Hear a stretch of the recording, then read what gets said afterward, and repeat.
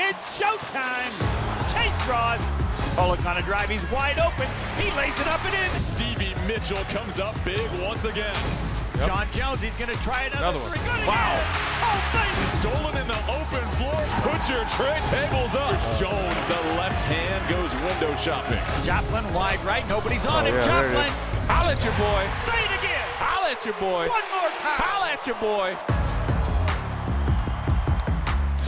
Welcome to Inside Marquette Basketball with Marquette's head coach Shaka Smart here at the Al McGuire Center. I'm Sophia Minert, and Coach, it's great to be back with you here officially. Great to have you back. Thank you. It's great to be back here, officially the first show of 2024. So I know an exercise that you like to do with your team and your coaching staff is doing a state of the team, Coach. So let's dive into that a little bit. Right now, your team is 11-4. You've got 4 Big East Conference games under your belt now with a 2-2 record, wins against Georgetown and Creighton. So when you look at your team, 15 games overall, what do you see?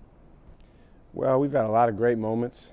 There's been a lot of growth over the past few months. I think we knew coming into this year that this was going to be an interesting year from the standpoint of different twists and turns. Anytime you have high expectations like we do, there's always a little bit more complexity to it. But we've had, some tough moments as well, and some games that we'd certainly love to have back. Some times where certain guys on a team would love to have played better. But I think that's most teams, in early January. And now what you try to do is continue to come closer and closer together around all the components that are going to help you be successful. At this point in the season, coaches, you're getting into conference play, right? We're just ramping up the conference schedule. You're 4 games in. Have you noticed a difference with your team from maybe what you saw from them in the non-conference schedule? Not really. I think it's more of a difference in who you're playing and then just kind of the feeling out there on the floor, because when you get into conference play, automatically everyone knows each other so much more, and there's a level of intensity and ramped up urgency on both sides that comes along with that familiarity.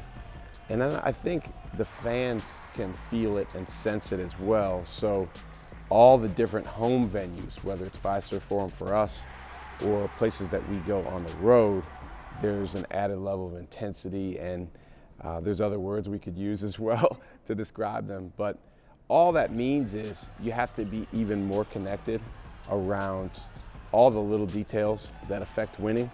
And then we have to support each other even more than we did in non-conference play, because it's harder, and it's more challenging, and there's more pressure, if you will. And pressure is much better dealt with when you have your brothers around you and you're supporting each other, as opposed to when you're on an island by yourself. And you mentioned the expectations. There was a lot of that around this team as we were ramping up for this season.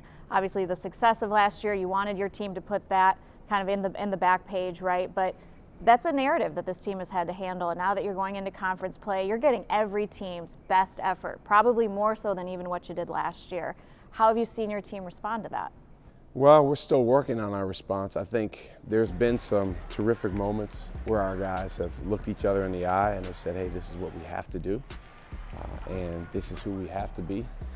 And I think there's been some other moments where at times we've maybe taken for granted what goes into winning and helping each other with that. It is a team sport. I think one of the things that comes along with high expectations as a team is high expectations individually. And so, again, there's some complexity there. But these are all good challenges, and these are all things that are going to bring us closer to where we want to be at the end of the year. Offensively, I'll throw some statistics out for you. You're averaging nearly 78 points per game. You're shooting 46% from the field. For the 3, you're at 33%. You're averaging nearly 16 assists per game. Just offensively speaking, where do you feel your team is? Not good enough. I think there's a lot of areas, including those statistics, where we can be better, but it's not so much looking at the stats and saying, hey, we want that number to be different. It's what goes into it.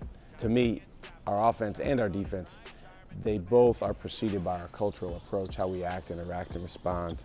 If you have a team score, then your points per game, your percentages are going to go up.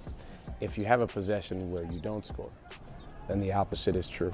And so I think that you can look at those numbers, you can look at some individual guys' numbers, and you can say, hey, we can be better, we need to be better. But it's, again, about us coming together around how, whether it's ball movement, whether it's player movement, spacing, cutting, being where we need to be in the right times, pushing the ball down the floor, having the right lineups out there. But we certainly have it in us. I'm excited. I think a lot of times offense does come down to making or missing the shot. So there's been a lot of times where we've executed whatever we're trying to do and we've gotten an open shot and we just haven't made it. So I'm confident, just like you've seen Sean and Stevie's shooting improve over the last couple games, that we will continue to see other guys improve, and as a team we'll keep getting better. I'm confident in that. And we've talked about too just the benefit of the continuity that you have this year. So many of your players returning from the success that you guys had last year. Do you think that's helped them grow individually, right? Just having that continuity of how well they know each other on the floor at this point? For sure, I think it's helped them grow anytime you have continuity, but you still have to be in the moment right now to come together around going to score against fill-in-the-blank opponent. And so that continuity, or several years worth of a relationship, that takes you up to a certain point, but then it's coming together in this moment, being present, losing yourself in the fight, which, you know, I've been thinking about this a lot. Losing yourself in the fight is a different endeavor if yourself is different than it was a year ago or 6 months ago. And to be honest, we have a lot of selves that are different. I mean, that's part of coaching college guys. They're different as seniors than they are as juniors. And so our job is to support them in making sure that they're present and able to be their best. Defensively, you're +6 in the turnover margin. We talk a lot about the deflection numbers, the kills, the benchmarks that you have for your team defensively that you're tracking each game and as the season goes on. That number, though, to be +6, that's the best in the Big East and also in the top 5 nationally. Is that where you want your team to be defensively? I mean, honestly, where we want our team to be can never be encapsulated by a statistic other than stopping the other team from scoring. So if we've stopped them from scoring 6 out of 10 possessions, then we're going to be in really, really good shape. We do put a big emphasis on getting our hands on the basketball. I think we've had some great deflection games.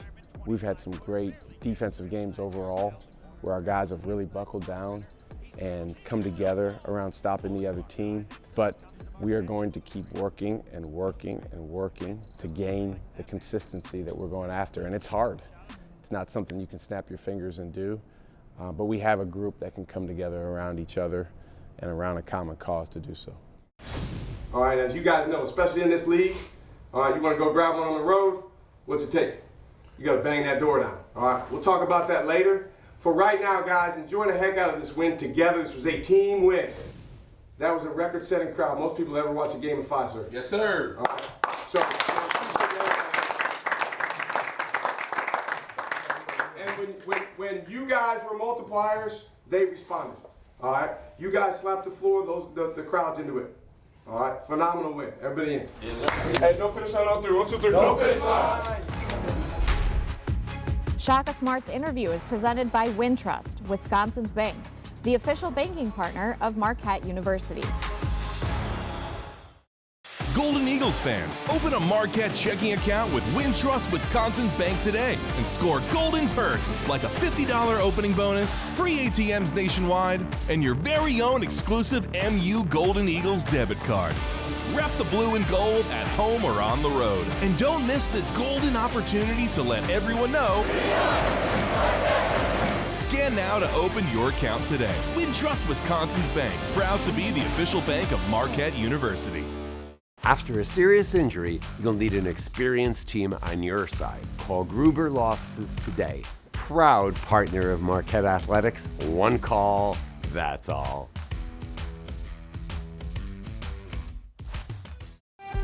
We live for the moments that move us.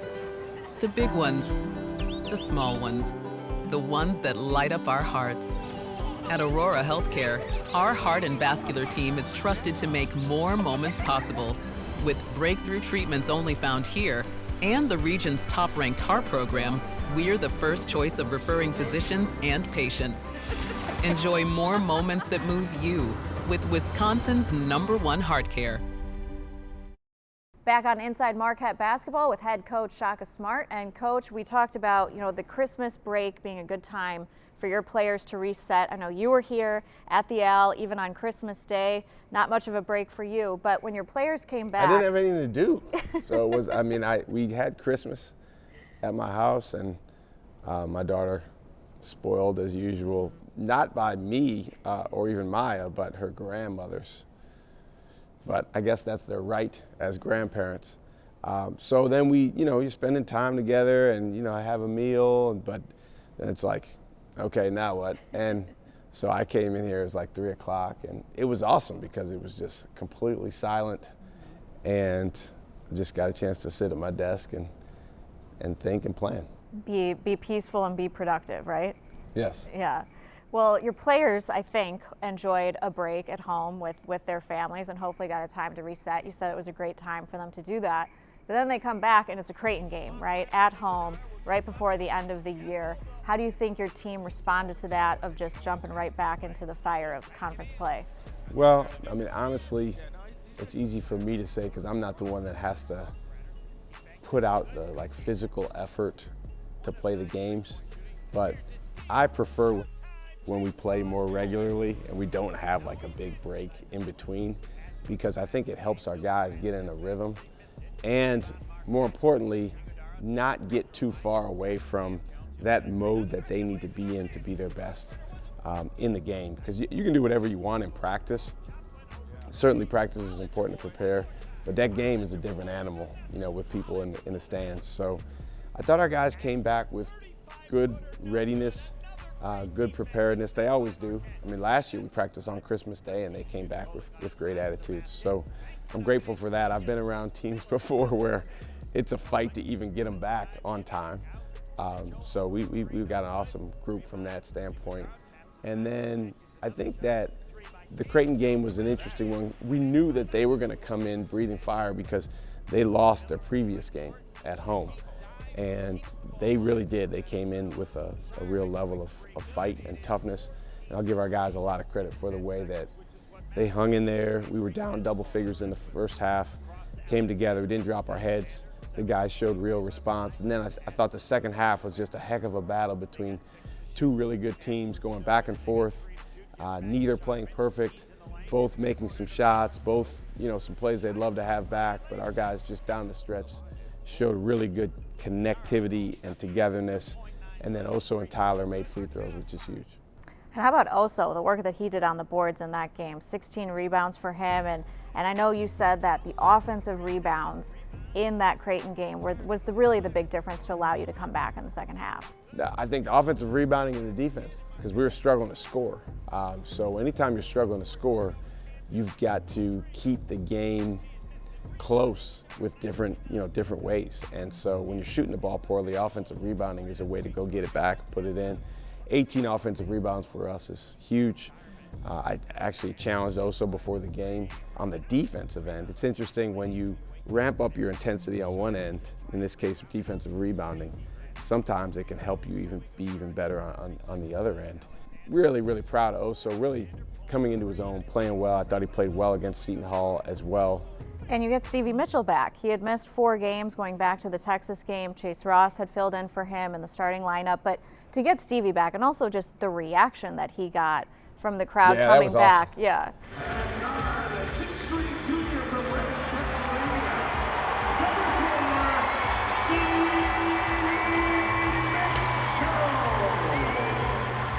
Well, there's only one Stevie. Yeah.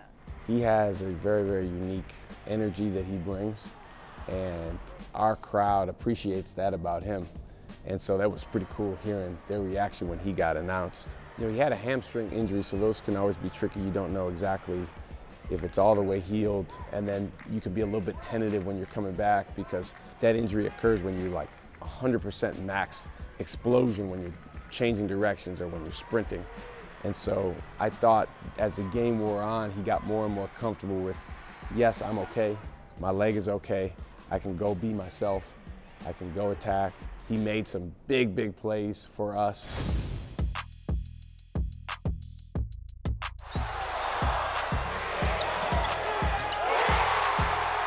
Just how good did it feel for you just to see the ball go through the net a couple times? It's tough to keep going and keep that confidence in yourself when you're not having the result that you want. In the biggest moments, which is in the game. When shots aren't falling, if you're not stopping nobody, you can't win, especially in this league. So we've just been trying to get better and better. We still had some things that didn't go our way, but we just kept playing with energy, forcing me to tough shots and stealing the ball. I came in for Cam Jones with Cam Jones and sub back in. He came to me, he was like, look at the rim. That's all he said, look at the rim, then walked away. As soon as I caught the ball off the zone, I was open, so I looked at the rim, just fired it like how I practice every night. Well, after the game, Sean Jones said that in a timeout, Cam said to him, hey, just look at the rim. Essentially, right, just keep shooting. But Sean said that was what he needed to hear, right, of just the confidence and the confidence that his teammates have in him. The Jones brothers. The Jones Those brothers. guys, it's interesting, within a team, there's sometimes little, two-man groupings that impact one another in a significant way, and it's not something that you can really draw up. And that we've noticed, Sean Jones can really impact Cam Jones and vice versa. Sean Jones is really stepping into his own here in his second season. We talked about a career high 15 points for him against Creighton. He had another good game against Seton Hall. Just feels like he's building momentum as a player. Yeah, and like I said, I think he's played better as a sophomore than he did as a freshman all season long. The shooting has been up and down, currently up the last couple of games, but his play overall has been tremendous. And if you look back to our biggest wins, hit a huge three-point shot against UCLA to help. We don't even play Kansas if we don't beat UCLA. Played really well in the Kansas game.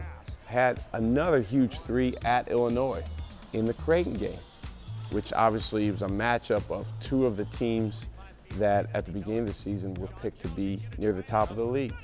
Was phenomenal, career high. So Sean, he has a clutch quality about him. I'm excited that he's continuing to play better and better. I love the guy. I told him a few weeks ago, this is a 4-year journey that he's on. I believe in his senior year he can be one of the best guards in the country. But I said, Sean, we're not waiting until then. Let's really capture and take advantage of all the opportunities during your sophomore year, and I think he's doing a good job of that. Inside Marquette Basketball is brought to you by Aurora Healthcare, helping you to live fully. We live for the moments that move us. The big ones, the small ones, the ones that light up our hearts. At Aurora Healthcare, our heart and vascular team is trusted to make more moments possible. With breakthrough treatments only found here and the region's top-ranked heart program, we're the first choice of referring physicians and patients. Enjoy more moments that move you with Wisconsin's #1 heart care. There are many software, cloud, and technology providers, but there's only one who brings it all together to move business forward. Software One. Because no one else can act on software and cloud intelligence like we do. End-to-end, side by side, building better outcomes. All in one. Software One. Back here at the Al McGuire Center with head coach Shaka Smart. And coach, a big win against Creighton at home to close out 2023 in front of a huge sold-out crowd. And then you had a couple days to regroup and hit the road against Seton Hall. And it felt like a very different start than the Creighton game. You were able to build a good lead. Seton Hall responded, and you gave them credit after the game for how Seton Hall responded, again, on the road. And so what did you see from your team in that Seton Hall game? A better start, but not quite able to put it away at the end. Yeah, sometimes in these games, the start can actually give you a false sense of how the rest of the game is going to go. And so if you don't start well, then you just have to have, again, the connectivity and the character to believe that you can get yourself going. if you do start well, and we had a 10-point lead with a little bit over 12 minutes left in the first half, that's a big lead with less than 8 minutes into the game, you have to really, really come together and say, yes, we have a 10-point lead, but we've got to be better in this area, this area, and this area to continue to build on that. And we didn't do a good enough job of that. Seton Hall was able to cut into that lead immediately. Again, like the Creighton game, we allowed a guy that can really shoot from their team to get going from outside. And that's something that we have to improve on going into future games. And as they did that, lo and behold, they build a level of confidence. They're at home. It's a domino for their crowd, sold out. And I told the guys going into the game, and I'll continue to tell the guys, we're going to get people's best shot. We're going to get people's crowd's best shot. They're going to be excited. They're going to sell out arenas. And it's on us to counteract all that. And obviously, we are still learning how to do that with this team in this year when we go on the road. And defensively, you said that there were a couple textbook possessions, right, with the focus and the intensity and the execution that you wanted, and there were others that weren't at that level, that you felt just were not as effective. What did you see from the defensive effort? It was a bizarre game defensively in a few ways. Number one, we had 41 deflections. Since I've been a head coach, 99% of the time when we get 32 or more deflections, we win. Did a good job getting our hands on the basketball. Similar to last year, we went there and had 44. But there were plays, and this tends to happen in games that can get away from teams. There were plays where we got deflections, tipped the ball, and the ball was kind of bouncing around, and they were able to come up with it and score. Well, the deflection's good, but then you got to finish it. So that was odd. There were also many, many times where we were in the kill zone, which means you have 2 stops in a row, and you've got a chance to get that 3rd stop for a kill. As you know, our goal is 8 kills, and anytime we've gotten 8 kills, we've won. Well, the vast majority of the time we were in the kill zone, we did not get that 3rd stop in a row, and what it does is it stems the tide on a run that we're making, and it maybe ignites or initiates a run for the other team, in this case Seton Hall, and they deserve a ton of credit. I think it's interesting. I watch a lot of coaches, football coaches and basketball coaches, talk after the game, and most coaches, they make it all about their team, which that's what we can control is our own team. But at the same time, I think it's important to acknowledge you're playing another Big East team that also has a level of desperation. And when they do good things, you have to acknowledge that and give them credit. And you mentioned that this team has a lot of experience, and you've made that message very clear to them of you're getting everybody's best shot. How is that even more true on the road, right? You know, the thing about it is we all get in our own little bubbles, and this is one thing I love about the Big East. Every school in the Big East, certainly starting with UConn and Villanova, their fans and their people and their players and their coaches feel like we're the best. Our program's the best. It's everyone. And I love that about this league. It's awesome because most of the teams in this league don't have big-time football or football at all. So what they stick their chest out about is basketball. Our job, we go on the road, is to, and this can only be done collectively, counteract that. And we did that at times in the game. And then even after we had the lead and they took the lead, we fought back. We showed great resilience. We showed great response. Even at the very end, when they took a 10-point lead after we lost our mind and they had breakaway layups and dunks, we fought all the way back to cut the lead to 1. But then it comes down to getting 1 stop when there was 40 seconds left and we weren't able to do that. Inside Marquette Basketball is presented by Gruber Law Offices. One call, that's all. After a serious injury, you'll need an experienced team on your side. Call Gruber Law Offices today, a proud partner of Marquette Athletics. One call, that's all.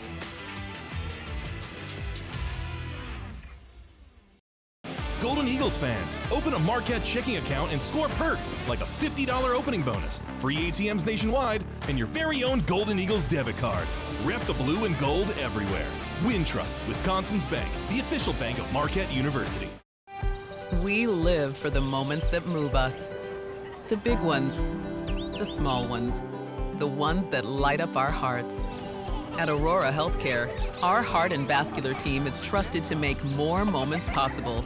With breakthrough treatments only found here and the region's top-ranked heart program, we're the first choice of referring physicians and patients.